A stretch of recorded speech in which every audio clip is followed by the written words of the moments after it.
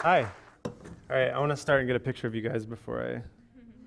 But you got to wave. You got to look like you actually had your coffee. All right. Posted to the story. All right. Thank you to Jen and Creative Mornings for having me. I've spoken at this venue once before for a conference a couple years ago, and this is probably my favorite venue to speak at in Chicago, just because the way that the work looks and that it's really eye level and the colors look great. You guys look good. I can kind of see you, and the backdrop's incredible. But yeah, so just I couldn't pick a title slide, so I just made a whole bunch of them. So I'll just kind of talk over that while I go here. But yeah, my name's Chuck Anderson. I'm a graphic designer, photographer, creative director here in Chicago. I made a bunch. I just couldn't pick one, so I'll just kind of let these finish up. All right. So the quick little intro on me. I've been doing my studio. I'm 33 now. I've been doing my studio no pattern since I was 18. When I graduated high school in the Chicago suburbs, I went to Lincoln Way East. I don't know if anybody else is from the Frankfurt area, but go Griffins, I guess. I don't really care about them anymore. But yeah, I didn't really have money or plans on college, and so kind of just skipped that. I was one of Threadless's first, like 5 or 6 employees. I know Craig Shamal is here. What's up, Craig? And he's been there. He was there for a long time as well. They were really kind of pivotal in the start of my career. But yeah, my career, everything about it's been surreal. So I'm going to talk a little bit about my career. I'm going to talk about my personal life a little bit, tell you some things that are surreal in that, and then really get into the work. You're getting a airdrop notification here, by the way. Picture of a dog. But anyways, so you can, my site's nopattern.com and at nopattern on Twitter, Instagram. I literally haven't checked my nopattern Facebook in like probably 2 years. And you can request me on LinkedIn, but I definitely won't check that. So, all right, so I was invited here to talk about surreal. And I know that the expectation is probably for me to just jump right into my work because you just saw a bunch of it and it's really surreal. But for me personally, to just get right into it, the most surreal kind of thing in my life to this point is my daughter. So she is now 17 months old. Definitely the most surreal thing that I've ever encountered is the first time I saw the ultrasound. This was the first time I saw her. Her name's Sylvie. Sylvie Giovanna is her name. This is me being an idiot, taking a video of her with a fidget spinner on her head. This is her as a hot dog for Halloween, and then this is her now. This is actually just yesterday morning. I took this picture and I was like, I have to put you in this presentation. You're insane. I was talking with a friend about how crazy children are in general, but especially your own, and the fact that they're just like a little tiny person and they're half of you, and I'm still not used to it. She's 17 months old now, and she runs around. I'm just like, what the hell? Like, I don't get it, but she's amazing, and it's been probably the most surreal part of my life to date. A couple other surreal things. My dog, when she was standing on this big puddle of water, and a little kid walking by with his mom said, "Mommy, look how much that dog peed." The time I took my dog after the Cubs won the World Series the next morning, and just got a picture with me and her in front of that. Time I met Shaq in Boston in an elevator. It was surreal. Doing work from a foam pit in New York, pretty surreal. Photographing Obama's farewell speech and being up front was surreal. This guy named Charles Alcroft, who's considered a 73-year-old streetwear god, wearing a jacket I designed for Burton, pretty surreal. This sandwich I made at McDonald's that combined a breakfast sandwich and a regular burger, I thought was surreal. Our icicles by my neighbor, totally crazy and surreal. And then this cool-ass hawk I saw while I was walking my dog a couple days ago, also surreal. Oh yeah, and then this list that I found at my parents' house that shows things that I liked and didn't like. And some highlights include, basketball, Michael Jordan, the Bulls, but then also meatloaf and grapes and Roald Dahl, science class, Blue, the Verve pipe. And then some things I didn't like included John Stark's Cross Country B96, country music, Alicia Silverstone, I don't know what that's about, cats and salad. So I think I was like 11 maybe, and it's cropped up, and I was like, that's pretty surreal. So I just needed to get all that stuff out of the way and talk about some things that are surreal in a different kind of way. I know this is a little bit trite to start with the dictionary definition of surrealism, but I thought it was important to kind of inform where I was coming from and make sure that I was thinking of the theme correctly. And I was pleasantly surprised, not surprised, but pleasantly, happy with the definition, but specifically that last line. So the actual art definition of surrealism as a 20th century avant-garde movement in art and literature which sought to release the creative potential of the unconscious mind, for example, by the irrational juxtaposition of images. And so a lot of my work might not apply to all of you, and the type of work I do, I consider the fact that there's maybe a web designer in the room, or there's an architect, or there's someone who's a writer and doesn't do photography and doesn't do design. So how can I take the definition of surrealism and make it a little more broad to sort of be a little more encompassing and make sure that it kind of connects with people in a different way, but still through the vehicle of my work. So the irrational juxtaposition of images, I really love. I think that's a really good way to describe my work. I put a lot of sort of unexpected things together to make something new. But surrealism to me isn't just about that. I think anything can be surreal, much like that, McDonald's Frankenstein sandwich I made, or my daughter, or my dog. After the Cubs won the World Series, there's other things that can be surreal too. It just kind of depends how you frame it up.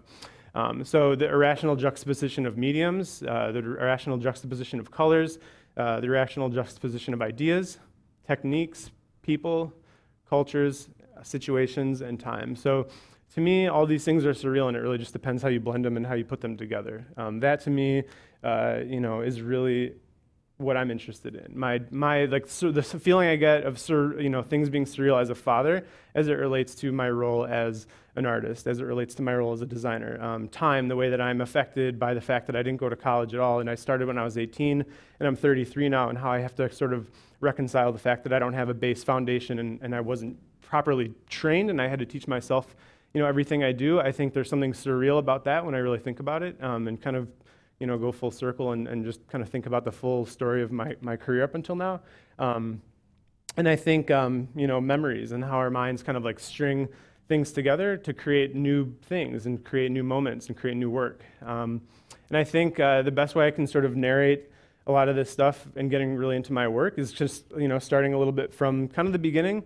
So again, as I said, I'm 33, and I started using Photoshop when I was about 15, used the ripped off version I downloaded from like LimeWire or something, for those of you that remember that.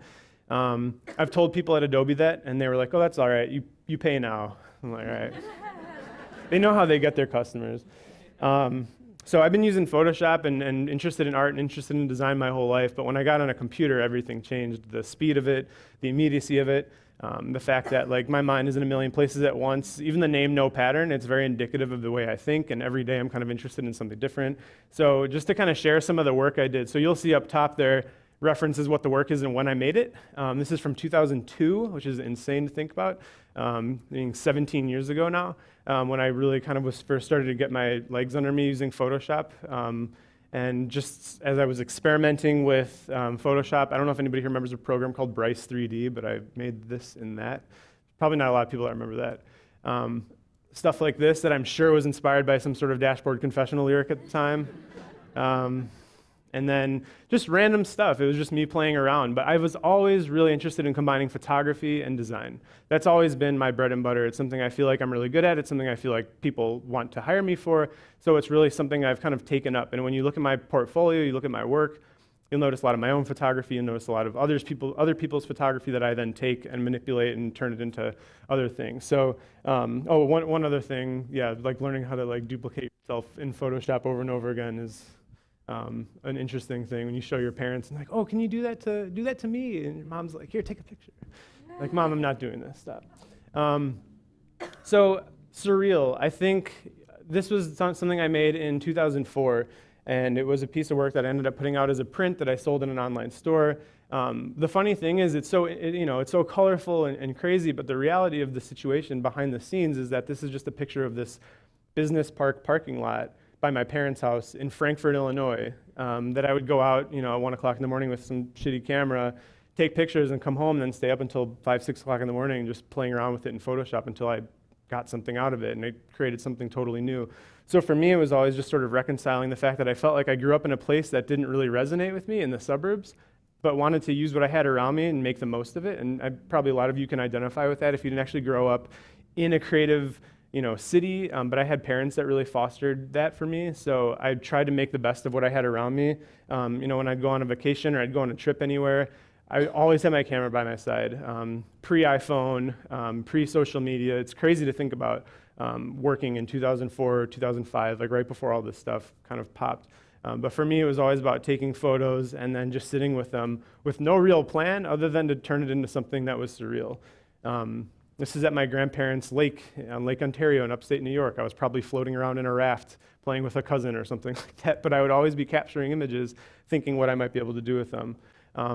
This is probably, I show this image because it's one of my favorites of mine, but it's also just a funny story that's kind of surreal too, what ended up happening with this image. It got ripped off a lot. The Counting Crows would use it at festivals, and actually I did license it to Urban Outfitters, and they made it into a print, but then like people would buy it and then like donate it to Goodwill, and then it would show up in like Salvation Armies. And then Vice like did a whole interview with me about this image, and it's always been really surreal. Like this particular image, I felt like defined a lot of my career up until a certain point, which is just a surreal thing in and of itself. But yeah, it's really a really kind of weird way the internet works and scoops your stuff up, and then there's kind of nothing you can do about it. But and then probably the most surreal project of my career, you've probably seen this like at your grandma's house or the DMV. But working with Microsoft. And then one real fun little kind of story that was surreal to me. So this is the Microsoft Windows 7 desktop. Landor hired me in 2008 to work on this. Landor is an agency in San Francisco, so I worked with them and Microsoft to develop this, and then the login screen. But the best part of this project was when we were going back and forth on all these rounds and all these different revisions and all that stuff. The first time I presented this, which is like the mostly final version of it, we're on the phone, and the client all of a sudden like kind of paused, and he was like, "Oh, it's really clever how you put 7 leaves on that vine for Windows 7. 1, 2, 3, 4, 5, 6, 7." And I just like paused and I counted, and I was like, "Yeah, right. I'm glad you noticed." Totally didn't mean to do it. I don't think I'm that clever. I was just trying to make a pretty picture for them. Just kind of worked out. Probably nobody's ever noticed if it's something like clients kind of eat that stuff up. So he called that out, and I never forgot that. It's all I remember from this project. So it made its way into the login screen as well. And then a funny little thing, this little guy, that's me not properly pulling my hand up off the Wacom tablet. So little thing, next time you see this login screen on someone's PC, you can see that little thing, and you'll never not see it again. And then here's my proof that I worked on it. There's little layers for the Photoshop file. Figured I'd include that. So I'm going to run you guys through a couple projects. You kind of have the baseline of what surreal means to me. I'm probably not going to harp on that too much. It just comes through in my work. But something I don't really I don't think I've ever done before is really walk through the layers of a file, because I think from a technical standpoint, but visual standpoint, that's interesting. And it's also to make sure the theme of surreal is kept in mind. What you can do with something based on where it starts and then where it finishes is really what surreal is all about, making something new out of what wasn't before. So this is Lupe Fiasco, who I photographed for and designed his album Food and Liquor, which is an amazing album. If you're not familiar, check it out. But it was a Grammy-nominated hip-hop album in 2006, like very, very kind of seminal hip-hop album, especially in Chicago, but just generally in culture. It was a really important album. But I share this picture because it's funny, and it kind of strips away like the coolness factor of like the cover and his music and everything, because that's him laying on a Apple box, like a little box. And then there's people on either side of him holding his glasses up with a fishing line. So not that cool. But then I was tasked with making it cool. He wanted me to make it cooler. And he actually went over to his studio, and he had a skateboard at the time that had an illustration of a guy floating with all this like trash and just stuff around him. And he's like, "That's what I want, but I want it to have all my stuff around me. And I want to look kind of magical and like I'm floating." And I love this because hip-hop aesthetic at the time, like if you follow hip-hop at all, is kind of coming out of like very, very gaudy, like the Cash Money look. Everything's very diamonds and very crazy. And he really wanted this like more artistic, more subtle, like he knew he would get some heat for it, but he didn't care, and I loved that. So I was really passionate about the project right out of the gate. But I just am sharing kind of where it went from this photo to taking him out of it, and then to start kind of layering in what I was doing a lot of earlier in my career with these kind of like light streaks. And then I photographed he had like a Game Boy and a wallet and his Quran, and I snuck in a little no pattern pin right there. and then artist out of New York named Rostar did the type treatment on that. But it's really simple. I mean, it looks kind of complex and it looks pretty surreal, but I think it's kind of cool when you break down the fact that it started here and then just went through this process of, based on a really simple idea and ended up here. And I was always really proud of that. So I always thought that was a fun, fun project and something I still like to talk about 13 years later, which is kind of crazy. Is my mic like hanging off my head? Okay. Another one that's surreal in a similar way when it comes to layering, but far more complex, is this project for Bloomberg Business Week. So in the spirit of making something surreal and making something what it's not, and taking it from kind of A to Z, Bloomberg Business Week came to me and said, we have this layout and we want you to go nuts, and we want to go crazy, and we have 3 days. So I was like, all right, cool. And I sent that to them, and they were like, we don't think you understand. Like, you need to make this like bonkers. This needs to be like, you can't miss it. And I was like, oh, sure, for sure. And they were like, Chuck, what aren't you getting here? We've got 2 days now. Like, this needs to be like nuts. It needs to be hectic, chaotic. And I was like, all right. And they were like, all right, look, I'm not sure what else I need to say, but like, I don't want to see any blank space. Like, just please go insane. So this is where we landed, and then the final cover, probably one of the most like chaotic covers. Bloomberg Business Week is really one of the best design magazines, and especially at the time under the art director that they had, this guy Richard Turley. They just did some really phenomenal editorial design and really incredible stuff. He pushed me super hard, and then when I finally finished this was on newsstands like 4 days later. Like, just that kind of print world moves that fast, and it was pretty absurd and surreal, frankly. The first time I saw it, I was in this magazine cover. I was in London, and I had just sent off the high-res like 3 days before, and then there it was on like a newsstand. So that's pretty surreal. And then another album, I mean, if you're a photographer, you know how many photos you end up like kind of collecting and building up on in Lightroom or wherever. And I just keep them all in hand. I don't really delete anything in case something comes up later. So this doesn't look like much. But I get contacted by like people whose work, or especially musicians whose music I don't necessarily already listen to, and then I have to like figure out, okay, what am I going to do with this? So the bass player for Phish reached out. I'm not really a jam band Phish, Grateful Dead kind of guy, but I love like their aesthetics and all that. But I didn't even know what Mike Gordon, the bass player of Phish, like did, what his music sounded like. But he liked my work, reached out. He was super nice. His manager was super nice, and I'm like, all right, that's cool. Let's work together. So he had an album coming out called Overstep. He had a couple very simple bullet points for me that he wanted me to follow, and he wanted something kind of surreal. And so I started with this photo, and then just to kind of take you through the process, it's like, again, to me it's simple. I know it probably, like, if you don't deal in this type of work, it doesn't seem simple, but flipping a picture and then duplicating it on itself, and then again, and then it's just experimenting. I mean, there's no way to plan this kind of work or really sketch it out. So it's really just sort of, I just click around and add adjustment layers and add other layers and other photos until something pops and really resonates with me. So then this, and then this, and then filling that in with an image, and then ultimately the final album cover. So again, like just starting with something like this, and I feel like there's no excuse now for anyone. We have iPhones that take pretty incredible pictures, and half the time work doesn't end up large-scale print. So you can just get away with, there's no excuse not to be capturing stuff all the time for me as an artist. So I'm constantly taking pictures to make sure that I've got just a big library of stuff that I can pull from when I'm trying to make things and layer stuff up and do what I love to do. This is the inside. This was and you can even kind of see in the grain, but this was a photo from when I was in a flight over North Carolina in the mountains, and I just had this, and it was like probably like 8-year-old photo, really low resolution, but something about it really worked, and I just pulled from that, and I just kind of kept pushing and playing and messing around until it became this. And then kind of like a full look at the record. So I mentioned photography a lot. So yeah, photography has been something that's been near and dear to my heart, and something I just love to do. I enjoy it. I don't have like a studio. I wouldn't even consider myself a professional photographer in the sense that typical professional photographer would, but I just use the tools I have at my disposal as like now at 33, just like I did when I lived in my parents' house when I was 18, and I'd go use the camera I had to make what I could, make out of the resources available to me. So I think, again, just in keeping with the idea of that surreal doesn't have to be insane, it doesn't have to be crazy, and it doesn't have to come from a place of, excess of access to tools. It can just be from a decent camera that most people can get their hands on. The reason I'm saying this, and then show this, so this is some photography that I did for a shop in Chicago called Notre, for a new Vapor Max shoe that was coming out for Nike. So you can see, that's actually my scanner. So I just turned the scanner on, and now it's nothing special. It's literally some shitty little Epson scanner that I turned my lights off in my office at home and used it to light the shoe because it was this translucent sole. That's an IKEA light at Circle, and to prove it, that's the photo shoot.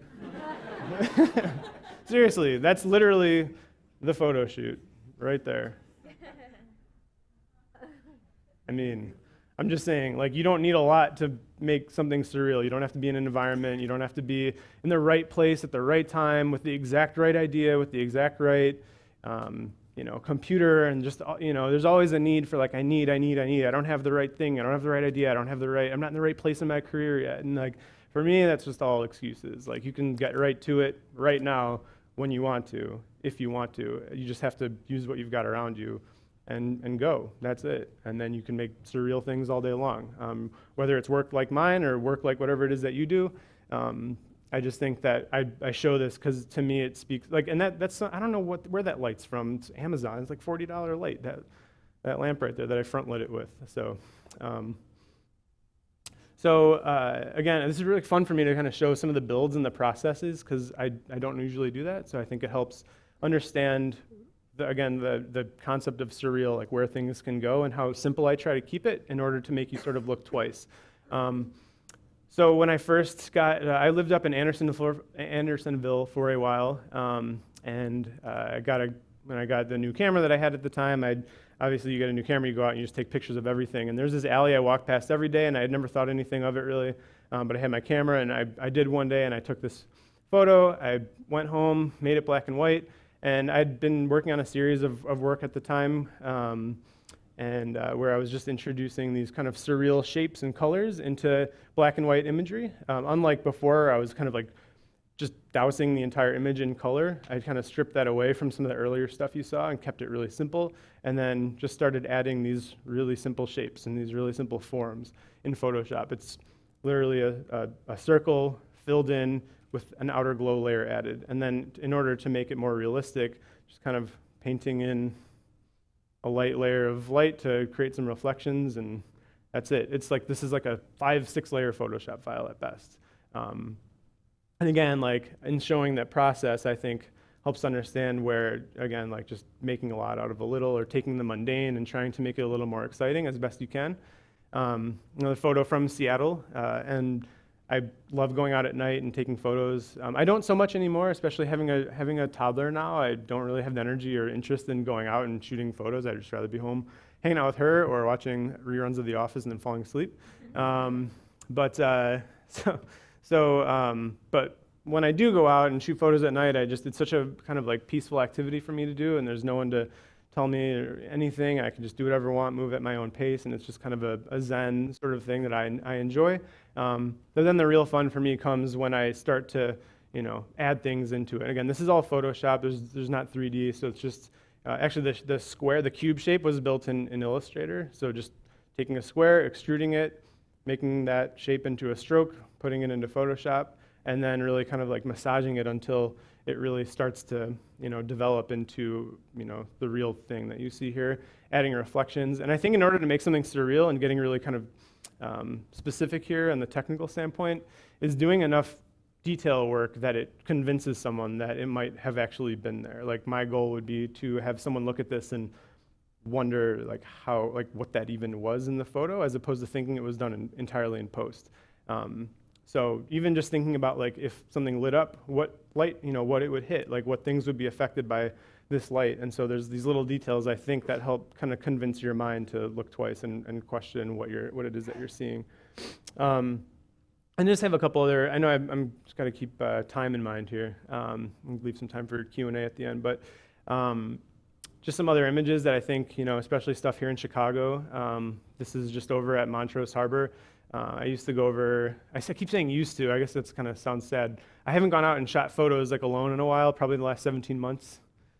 Uh, like I said, for a very specific reason. I would go out and take photos at the lake in the morning. I just love Lake Michigan in the morning, super early, and take these photos. And then again, like I was never satisfied with just the photo. Actually, don't consider myself. I think it's a bit of a crutch, and just kind of like to be really humble for a moment here. There's certain things about the photography I do that the photo itself I don't always find to be all that good or all that interesting, or I'm not like hard on myself about it, but I think like what I can do that is interesting is what I do with the photo after. So a lot of times I'll capture something in camera and I look at it and I'm kind of underwhelmed, but I just try and keep in mind like it's not about that, it's about what you're going to do with it later. So so try and just get out and take images, and then just remember that there's always time to push things around later and make it more surreal and get it to a place that makes me happy. So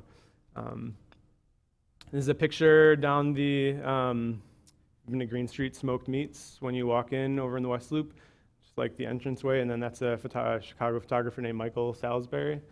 He and I had just met up for coffee. It was snowing a lot, and I just shot a picture of him shooting a picture, and then overlaid all these lights from some other random photo that I had. I don't even know where it was taken, but I really love just kind of intersecting different photos and just seeing what happens when you put one on top of the other. Picture of a sky, but turned 90 degrees. Been experimenting with some 3D stuff in Photoshop. I have no idea what I'm doing with 3D. I truly don't. But again, like in the nature of just having fun and doing experimental things until I figure stuff out. This is just taking some random shape and going to 3D extrusion in Photoshop, and then just making your computer really hot because you've been moving things around and clicking things that you don't really understand, and then saving it out super high res and being like, that looks cool as hell. It's not for anything. It looks super cool to me, and I don't know what it's for, but there it is. So that's the whole story behind that. That's it. Just kind of ending on these. These were originally. I should have put the original photo in here. Maybe I'll post it later on my Instagram or something. But just photos of keeping my camera in a car when super rainy out, taking a picture of these drips, and then just like doing all the things you're not supposed to do in Lightroom. And like not using it as a true photography tool, but using it as more of a manipulation tool and pushing things to kind of weird places. But I really loved kind of this color, and it sort of set the tone for a lot of the work I did over the summer, and just as like a personal experiment thing. And I think I did okay on my time. So yeah.